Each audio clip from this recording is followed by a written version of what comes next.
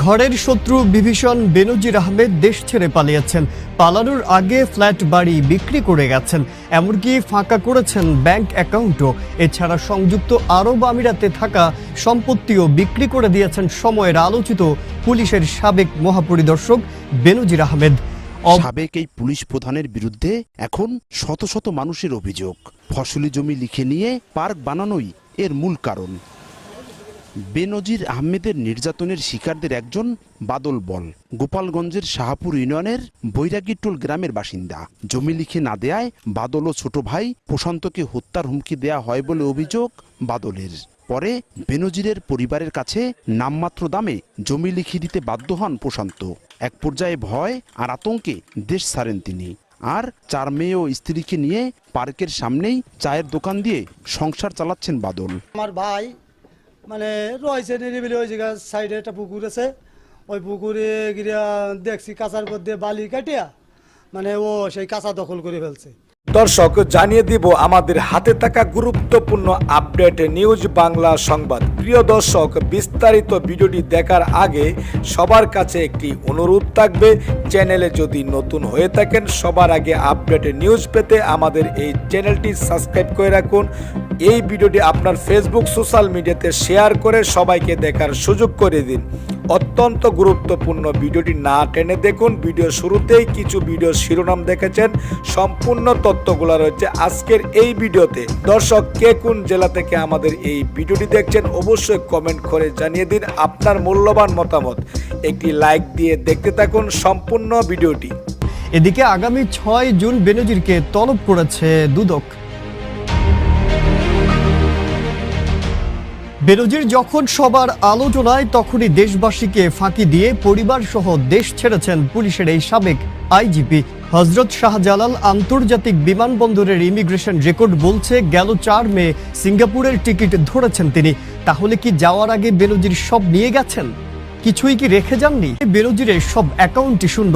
33টি bank account freeze করার আগেই অধিকাংশ টাকা তুলে নিয়েছেন। এখানেই শেষ নয় বেনজির নামা। ঢাকায় থাকা 7 তলা বাড়ি এবং দুবাইয়ের একটি অ্যাপার্টমেন্ট বিক্রি করেছেন তিনি। প্রায় 29 কোটি টাকা বিক্রি করা হয়েছে দুবাইয়ের অ্যাপার্টমেন্টটি, এমন তথ্য পাওয়া গেছে। সংশ্লিষ্ট সূত্র বলছে সংযুক্ত আরব আমিরাতে বেনজিরের নামে বেনামে বেশ কয়েকটি অ্যাপার্টমেন্ট রয়েছে, সেখান থেকেই একটি অ্যাপার্টমেন্ট বিক্রি করা হয়েছে। এদিকে অ্যাপার্টমেন্ট ছাড়াও দুবাইয়ে একটি বহুতল হোটেলেও যৌথ বিনিয়োগের তথ্য পাওয়া গেছে। এদিকে ঢাকার ভাটারা থানার একটি অভিজাত এলাকায় থাকা 7 তলা বাড়ি সম্প্রতি বিক্রি করেছেন তিনি। অনুসন্ধান শুরুর পরেই এসব সম্পদ বিক্রি করেছে বলে জানায় দুদক।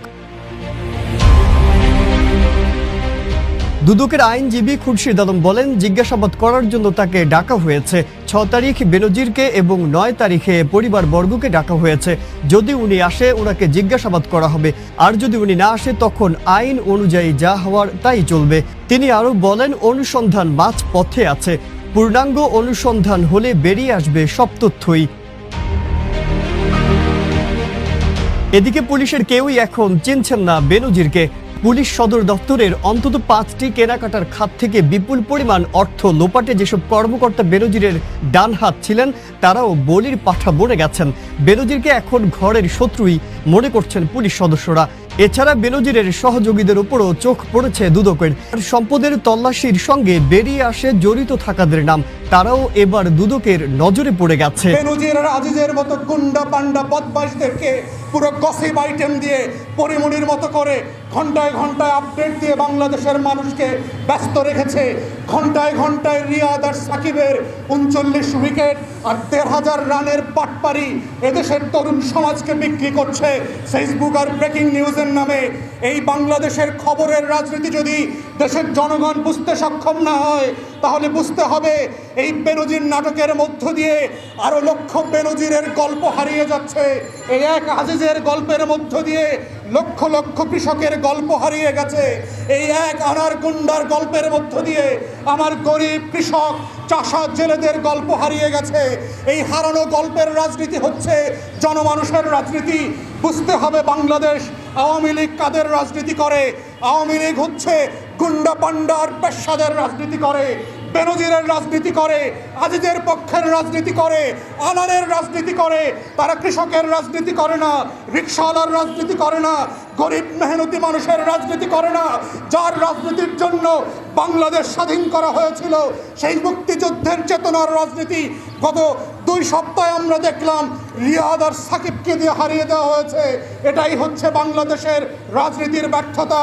আমরা জনগণকে বলছি, আপনারা সতর্ক হন। ফেসবুকে সাকিবকে দেখে, রিয়াদকে দেখে ব্যস্ত থাকবেন, আনারের মতো গুন্ডা বান্ডার গল্প পড়ে ব্যস্ত থাকবেন, নাকি বেনজির আর আজিজের মতো বদমাইশদের গল্প পড়বেন, নাকি 19 জেলার সেই লক্ষ লক্ষ কৃষক মজুর, জেলে আর গরিব মানুষের গল্প পড়বেন? কোনটা আপনার গল্প, কোনটা আপনার মনুষ্যত্বের গল্প? এই গল্প বোঝার মধ্য দিয়ে হচ্ছে বুঝতে হবে আজকের কোন ধরনের বাংলাদেশে আপনারা বাস করছেন।